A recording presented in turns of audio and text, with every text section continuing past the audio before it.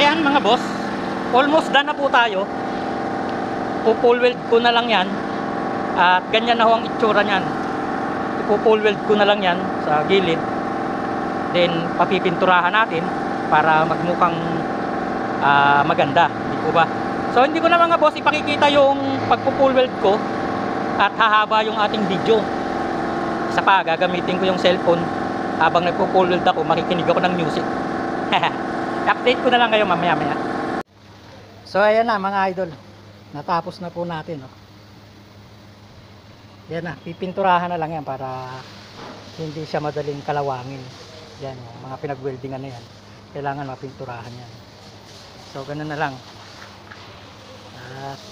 Sana nakakuha kayo ng idea kung sakaling ma-encounter nyo sa inyong mga muffler o tambucho yung ganitong senaryo. Oh, di ba? Ang ganda na.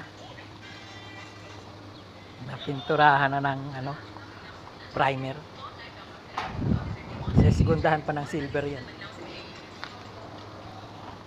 Maraming salamat mga boss sa panonood.